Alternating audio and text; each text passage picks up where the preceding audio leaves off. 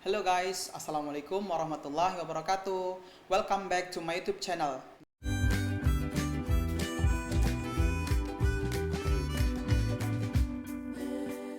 Sudah lama nih saya tidak share video tentang traveling.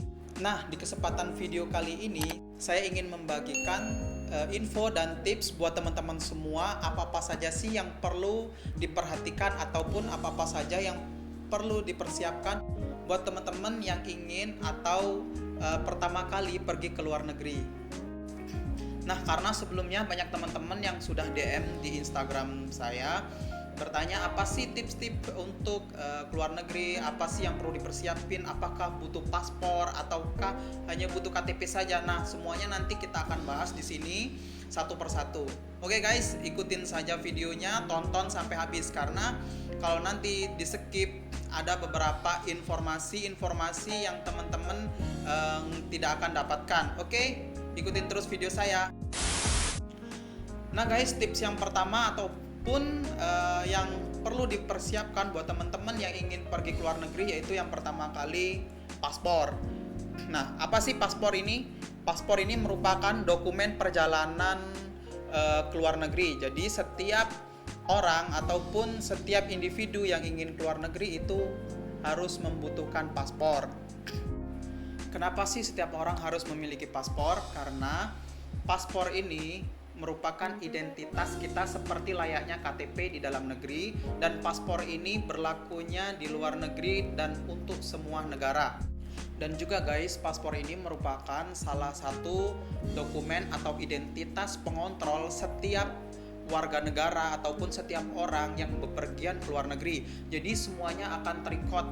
Contohnya apabila saya pergi ke Singapura ataupun ke Malaysia, jadi semuanya itu akan terrecord di sistem imigrasi.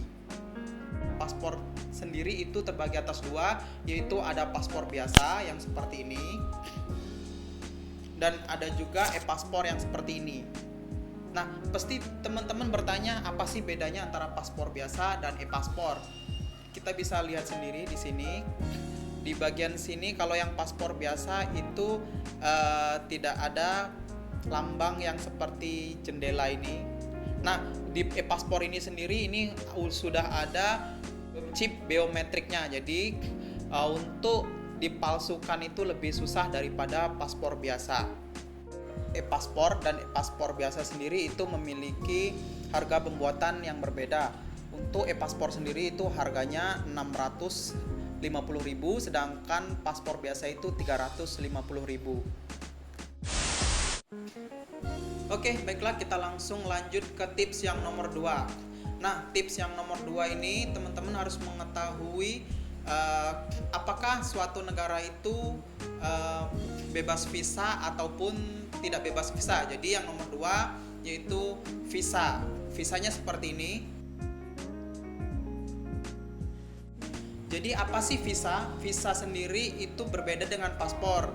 Jadi selain kita membutuhkan paspor, kita juga membutuhkan visa.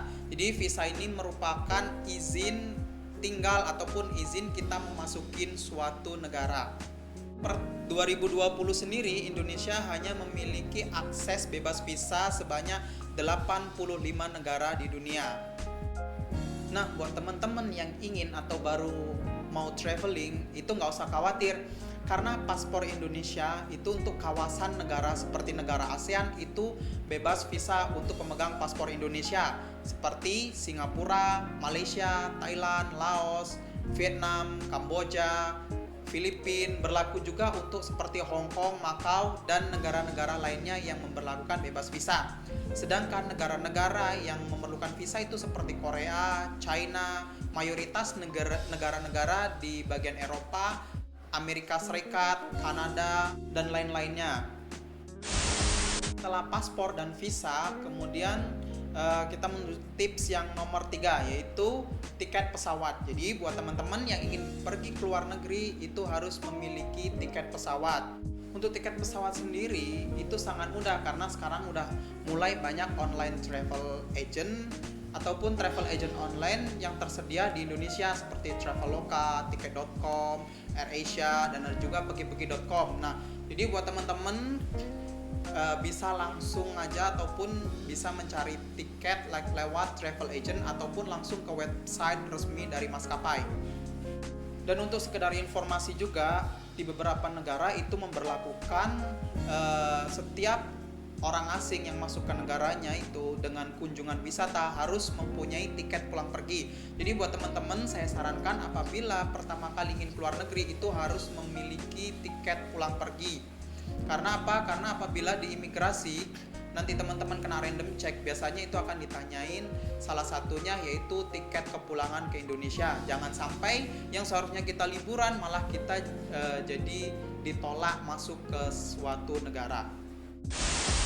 Yang keempat yaitu akomodasi. Nah, akomodasi ini bisa berupa penginapan, hotel, hostel, ataupun ada juga guest house, kemudian transportasi dan juga tiket wisata. Akomodasi sendiri itu teman-teman juga bisa mencari lewat travel agent online seperti yang saya sebutkan tadi. Di sana juga banyak terdapat akomodasi seperti hotel ataupun yang lain. Nah, di sana bagaimana sih kita harus memilih hotel ataupun penginapan yang dekat tempat wisata? Kenapa?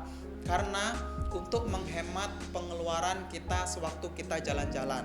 Dan juga untuk transportasi, apabila teman-teman ingin hemat dalam jalan-jalan itu bisa menggunakan public transport ataupun transportasi publik seperti MRT, LRT ataupun bisa menggunakan bus. Tapi kalau teman-teman perginya secara rombongan ataupun bareng-bareng itu bisa menggunakan mobil, taksi ataupun rental.